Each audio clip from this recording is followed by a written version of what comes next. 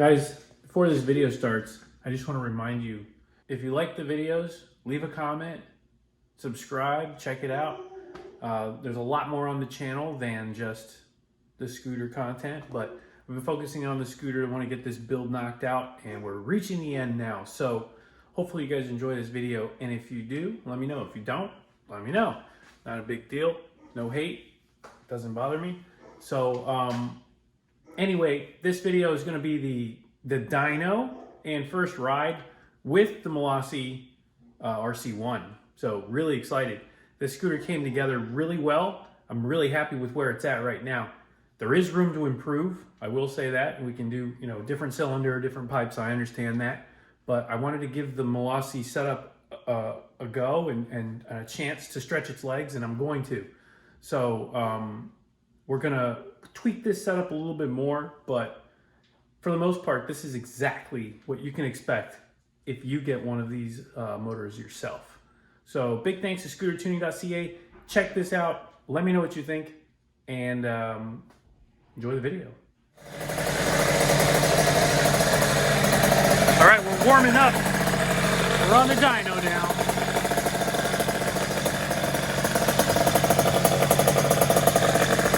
So we've got about 5 or 6 heat cycles through it. Should be enough for a proper break-in. We'll see. We're gonna run it hard on the dyno now and just see where that gets us.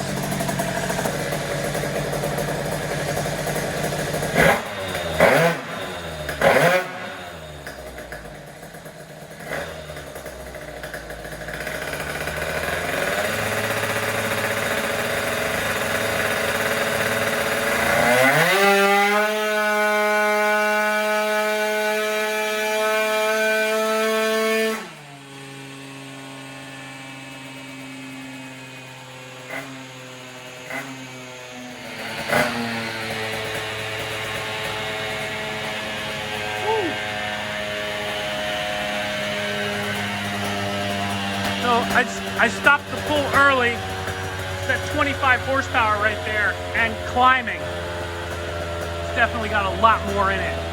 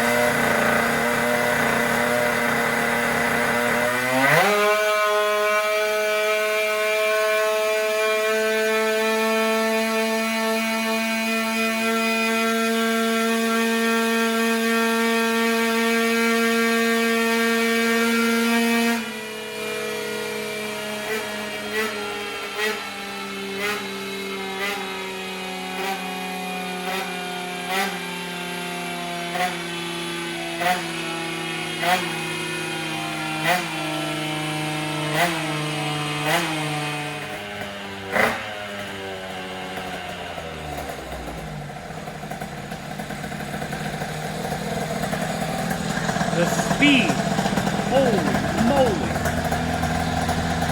All right, let's see what we got here. That was the second run, 29, basically 30 horsepower. We're getting close to where we want to be here. But the speed, let me tell you, I let off at 103 miles an hour. So that's over 100 miles an hour and still pulling. This thing will probably do 115 to 120 miles an hour. That is ballistic fast.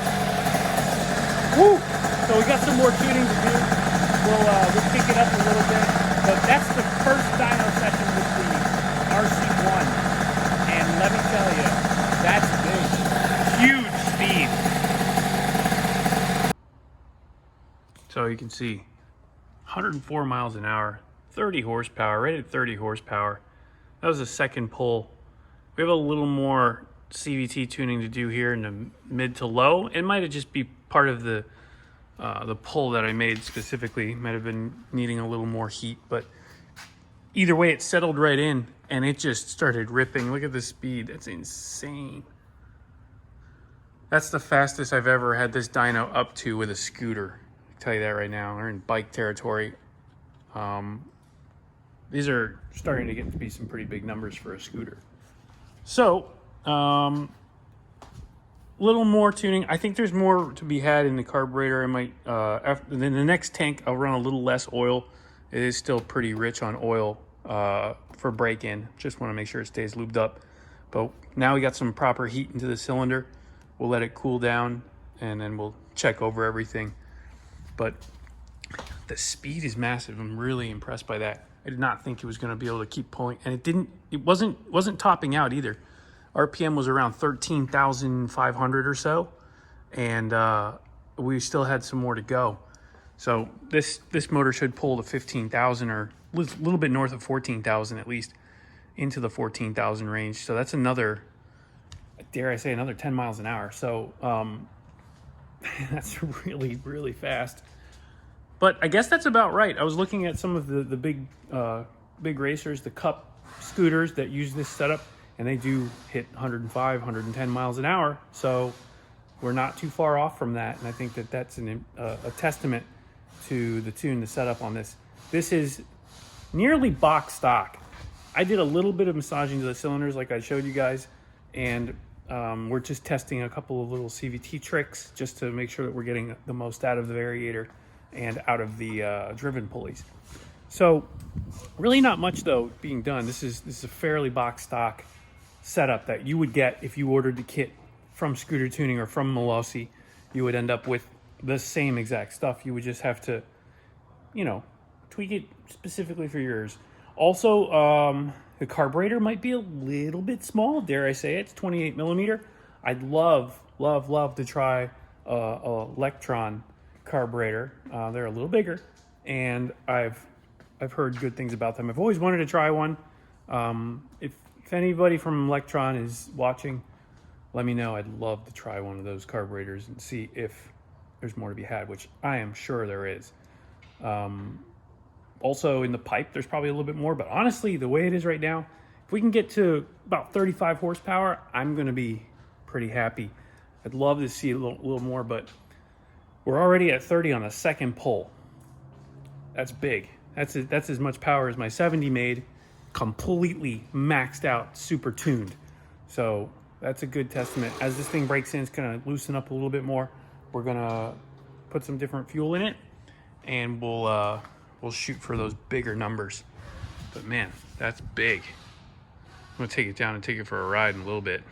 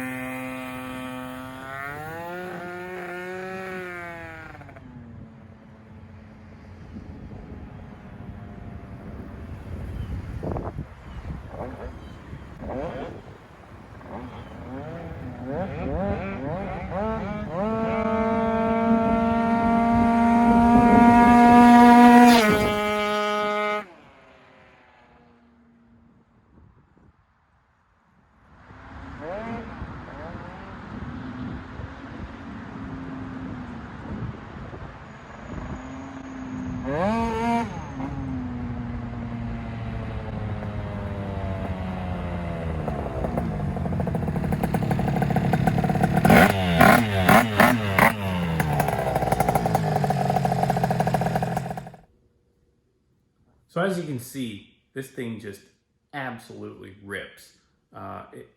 You can't pull the throttle all the way below like 30 miles an hour or so. It just rips the front wheel in the air and does a massive, fast, crazy fast wheelie.